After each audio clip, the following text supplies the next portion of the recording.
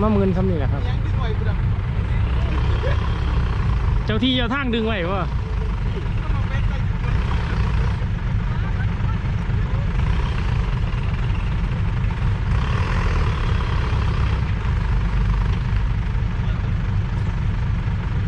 เรามาดูหน้างานตักขี้ตมกันบ้างครับ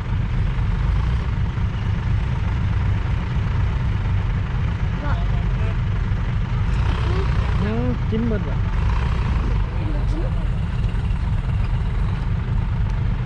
ฟอร์ดเล่นตมมาไปไม่เป็นเลยครับ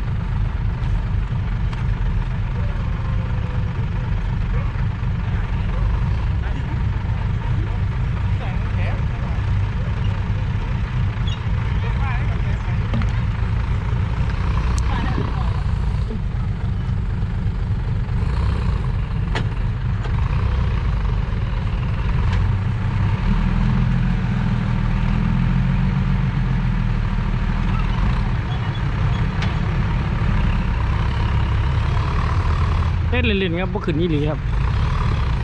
เมื่อคืนนี้เอาก็ไป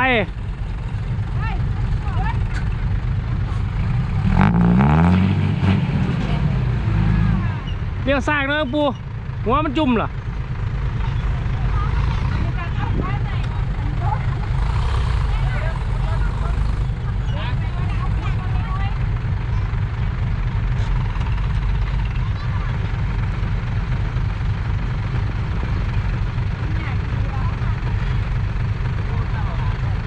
รอหนามันอันนี้ไว้เนี่ยเชี่ยต้องรอหนาก็ได้แล้วปู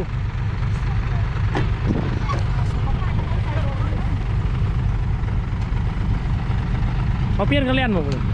เพี้ยนกันเล่นหมดเขาไปเอาหินหมด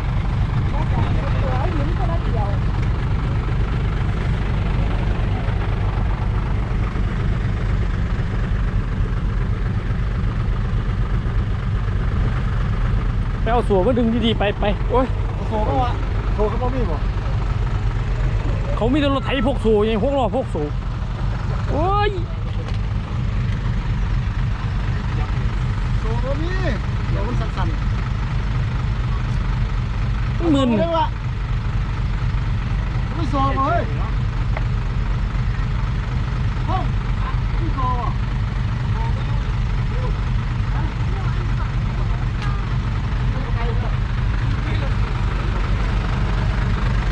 โอ้ยมันมึนสมีนึงก็มันมึนสมีขึ้นมาขึ้นมาตีล้อหนาปูล้อหัวน่ะหักซ้ายเท่าไหร่ได้ปะ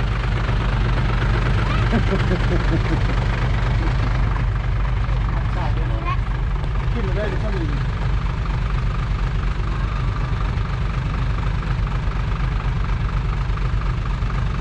อันนี้มีเราเกย์นะ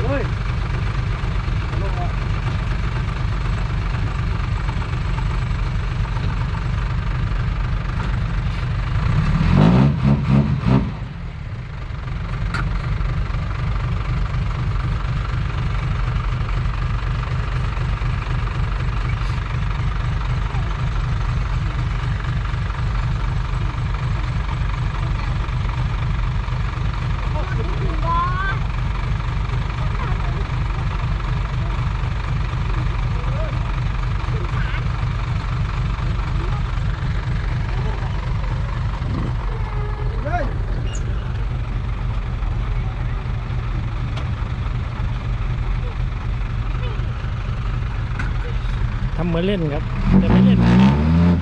โอ้ยสันเนี่ยยังนี่ยก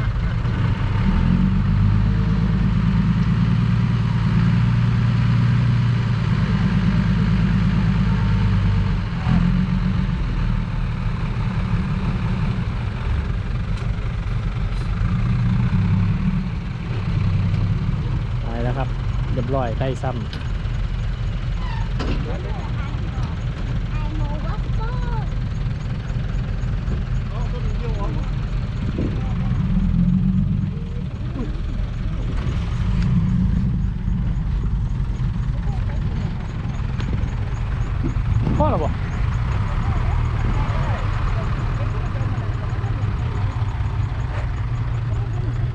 สต็อกไว้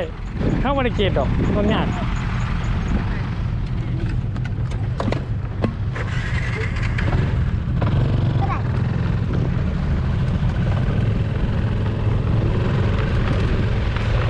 แอร์ตายบ่ฮะแอร์ตายหรอได้เงินซ่อมแล้ว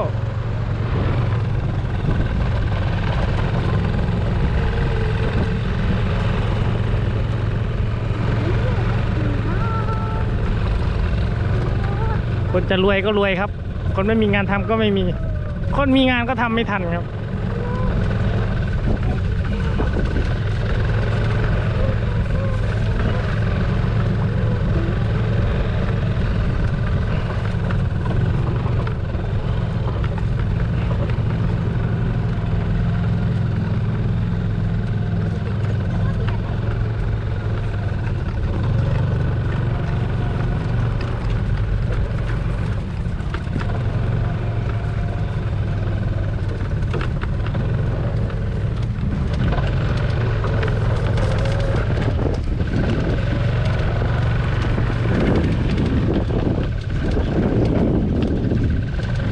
แม่โคจนหลับแล้วครับ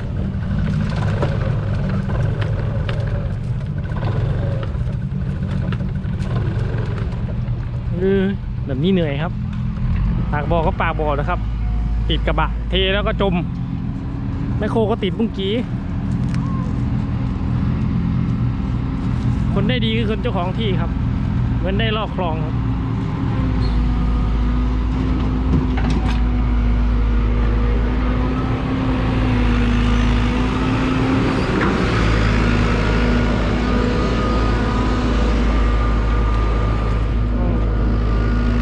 เบียร์ล่อเอาชิตมไปหมดเลย